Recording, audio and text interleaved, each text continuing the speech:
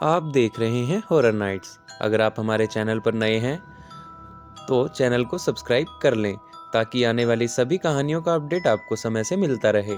तो चलिए, आपका ज़्यादा समय व्यर्थ ना करते हुए आगे बढ़ते हैं आज की कहानी की ओर। हेलो दोस्तों, मेरा नाम राजीव है और मैं मध्य प्रदेश का रहने वाला हूँ। ये घटना मेरे साथ 4 साल पहले पेश आई थी। ये बात उस समय की है जब मैं अपने घर से अपनी आंखों में सजाए हजारों सपने लेकर दिल्ली की एक आईटी कंपनी में जॉब करने 800 किलोमीटर का वो डरावना सफ़र तय करके न जाने कैसे आया था। तो चलिए, आपका ज़्यादा समय व्यर्थ न करते हुए शुरू करते हैं राजीव जी के साथ घटित डरावनी और दुख भरी घटना। वो शाम का समय था। मेरे घर वालों सहित मैं बहुत खुश था क्योंकि मेरी पढ़ाई का फल मुझे मिल चुका था।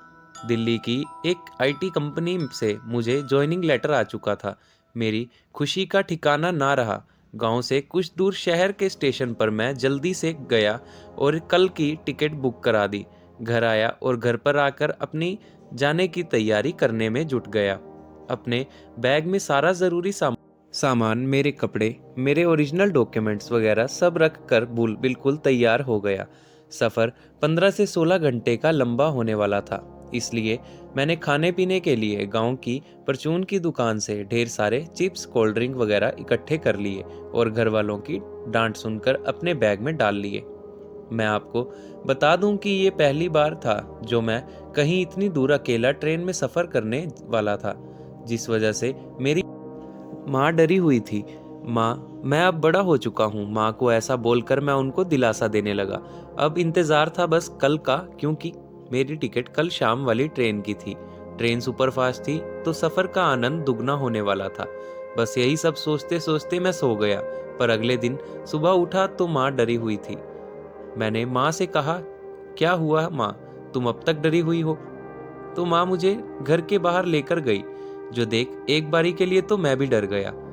दोस्तों, हमारे घर के सामने एक काली बिल्ली मरी हुई थी, जिसकी आंखें बिल्कुल खुली हुई थी। ऐसा लग रहा था मानो वो सब कुछ देख रही हो। तभी माँ ने कहा, बेटा रुक जा, आज मत जा। मैंने माँ की बात को काटते हुए कहा, माँ आप इतना अंधविश्वास में मत रहो। तो माँ ने कहा कि बेटा, ये अंधविश्वास नहीं, भगवान के इशारे होते हैं। पर मैं बहुत जिद्दी स्वभाव का था, जिस वजह से मैं घर पर लड़ाई करके निकल गया। स्टेशन पहुंचकर मैं ट्रेन के आने का वेट करने लगा। ट्रेन आने में अभी 30 मिनट का समय बाकी था, जिस वजह से मैं वहीं बैठकर फ़ोन में गेम खेलने लगा। गेम खेलते खेलते 30 मिनट का तो पता भी नहीं चला और पीछे से ट्रेन का सायरन बजने लगा। S1 बोगी की सीट नंबर 13 मेरे लिए बुक थी, सो मैं जाकर उस सीट पर बैठ गया। बोगी खाली थी तो मैं खुश हो गया कि मेरी सीट पर अभी कोई नहीं है और सोचने लगा कि आराम से सोकर जाऊंगा। ट्रेन में बैठते ही न जाने कैसे मुझे नींद सी आने लगी। पता नहीं कितनी देर बाद मेरी आंख खुली, बहुत जोर की टॉयलेट लगने की वजह से। मैं अपनी सीट से उठा और टॉयलेट की तरफ मुड़ा और तभी मेरे दिल में एक बात खटकी कि जिस बोगी में मैं हूँ वो बोगी बिल्कुल खाली है और ऐसा लग रहा था कि जब से मैं सोया हूँ शायद तब से भी कोई नहीं आया यहाँ। ये बात मुझे कुछ ठीक नहीं लगी। तभी एक स्टेशन पर ट्रेन रुकी। बिल्कुल सुनसान स्टेशन था वो। ट्रेन जब वहां से चली तभी एक लड़की की बाहर से आवाज आई। मैंने बाहर निकल कर देखा तो पाया बाहर तो कोई भी नहीं है।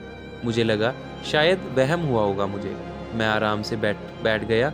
पता नहीं क्यों अब मुझे नींद नहीं आ रही थी। एक बेचैनी सी मन में छा चुकी थी। तभी मुझे ऐसा लगा कि कोई अभी ट्रेन की बोगी के दरवाजे से मुझे झांक रहा था।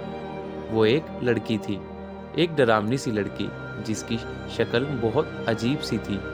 ये देख मेरी तो हालत पतली हो गई, क्योंकि पूरी बोगी में कोई भी नहीं है और जिस और बोगी का दरवाज़ा है उसके साथ वाली बोगी में भी कोई नहीं है। तो फिर ये लड़की अचानक से कहाँ से आ गई? उसके बाद तो कोई बोगी है ही नहीं, तो फिर अचानक से ये लड़की, बस यही सब सोच रहा था मैं। तभी ट्रेन की स्पीड स्लो होने लगी। शायद कोई स्टेशन आया था। मैंने खिड़की से झांक कर देखा तो मन फूटने शुरू हो गए। स्टेशन पर एक लाल कलर का बैग लेकर दूर से शक्ल ढंग से नहीं दिख रही थी, पर जब मेरी बोगी उसके पास से निकली तो मेरी खुशी का वो कोई ठिकाना ना रहा। वो लड़की ऐसा लग रहा था मानो स्वर्ग से कोई अप्सरा ट्रेन में सफ़र करने आ गई हो।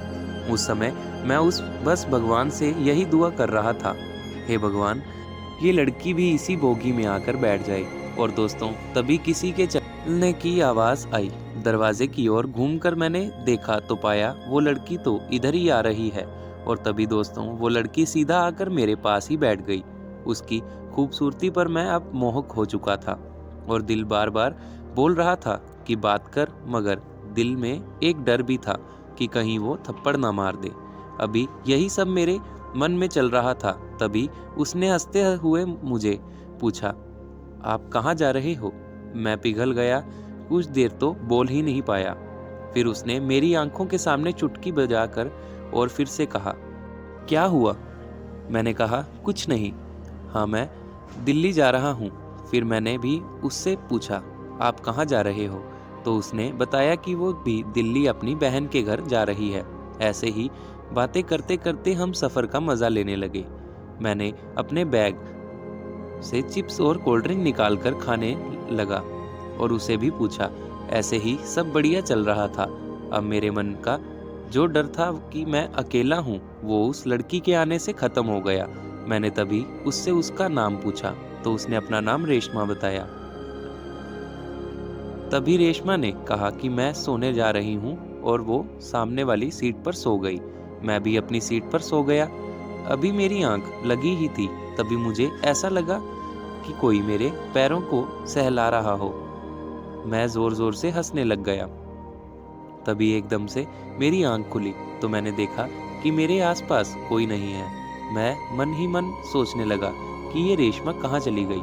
तभी सामने से रेशमा आती हुई दिखी। उसने सामने से ही कहा कि मैं रेस्टरूम गई थी। तभी टीसी की आवाज़ आई, टिकट दिखाओ भाई।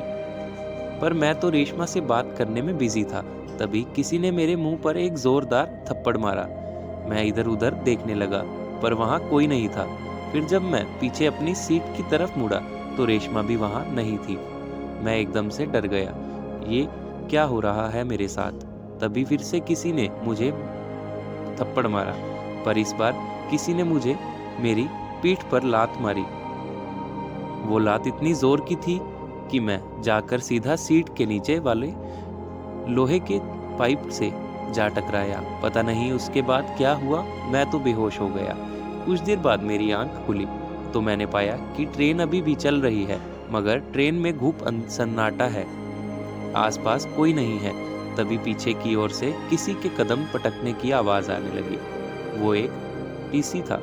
मैं भागकर उसके पास गया और जब मैं उसके करीब पहुंचा तो मैंने जो देखा वो देख मेरे तो पैर ही कांपने लगे। दोस्तों, मैंने देखा कि उस टीसी की आंखें बिल्कुल लाल हैं और वो मुझे बोलता, टिकट ला भाई, टिकट दे, कहाँ है तेरी टिकट?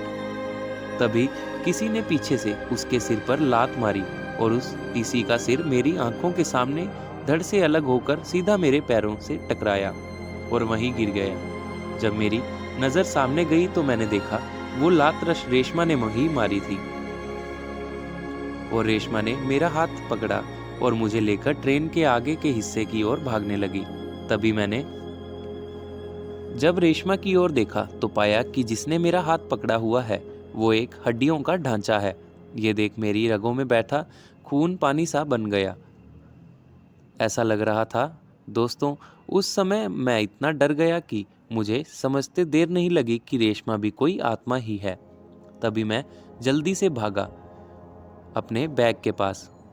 बैग में भोलेनाथ बाबा की एक मूर्ति पड़ी थी जो मेरी माँ ने मेरे बैग में रखी थी। मैंने जल्दी से वो मूर्ति अपने हाथ में पकड़ ली कसकर और भागकर अपनी सीट के नीचे लेट गया। तभी मुझे किसी के चलने की आवाज़ आने लगी। जैसे जैसे वो शख्स मेरी ओर आ रहा था, मेरी धड़कन तेज़ होने लगी। तभी मैंने देखा कि वो एक लड़की है, पर जब मैंने उसे थोड़ा सा अपना सिर बाहर निकाल कर देखा तो वो और कोई नहीं बल्कि रेशमा ही थी। दोस्तों, रेशमा का सिर 360 डिग्री में घूम रहा था। ये देख मैं तो हक्का बक्का रह गया। तभी उसकी नज़र सीधा मेरी तरफ आकर टिकी और रेशमा ज़ोर ज़ोर से हंसने लगी और मेरी ओर अपना हाथ बढ़ाते हुए बोलने लगी, राजीव आओ मेरे पास, आ जाओ, तुम मुझे पसंद करते हो ना, आओ। मेरी हालत तो पहले ही पतली थी। रेशमा के हाथ दूर से ही मेरी तरफ बढ़ने लगे, मानो रबड़ की भांति खींचते हुए बढ़े जा रहे थे। जैसे ही उसने मुझे हाथ लगाया तभी उसे एक जोर झटका लगा। ऐसा लग रहा था कि उसे कोई करंट लगा हो। तभी मुझे महसूस हुआ कि मेरे हाथ में जो भोले बाबा की मूर्ति है वो बहुत गर्म सी हो गई है। दोस्तों, मैंने जैसे ही अपनी मुट्ठी खोली तभी उसमें से इतनी तेज रोशनी आई कि मेरी आंखें वहीं बंद हो गई। जब थोड़ी देर बाद मेरी आंख खुली तो मैंने देखा कि मैं रेल की पटरी पर लेटा हुआ हूँ और वो भोले बाबा की मूर्ति मेरे हाथ में ही है। दोस्तों, मैं आपको बता नहीं सकता कि वो पल मेरे लिए कितना खुशी का पल था। मेरे दिल में उस वक्त बस एक ही बात आई कि दुनिया ऐसे ही नहीं बाबा भोलेनाथ जी को अपना आराध्य मानती है। तभी मैं उठा और आगे की ओर बढ़ता हुआ एक स्टेशन पर पहुंच गया और उस स्टेशन के बाहर एक बस स्टैंड से मैंने दिल्ली की बस ले और दिल्ली पहुंचा। दिल्ली पहुंचकर मैंने अपने घर वालों को फ़ोन किया और मम्मी को पूरी बात बताई और ऐसे उस दिन मेरी जान बची। तो दोस्तों, कैसी लगी आपको राजीव जी की ये डरावनी सी और दर्द भरी घटना? यदि पसंद आई हो तो लाइक और सब्सक्राइब ज़रूर करें। तो मिलते हैं दोस्तों कल एक नई घटना के साथ रात 10 बजे। तब तक के लिए बाय एंड टेक केयर।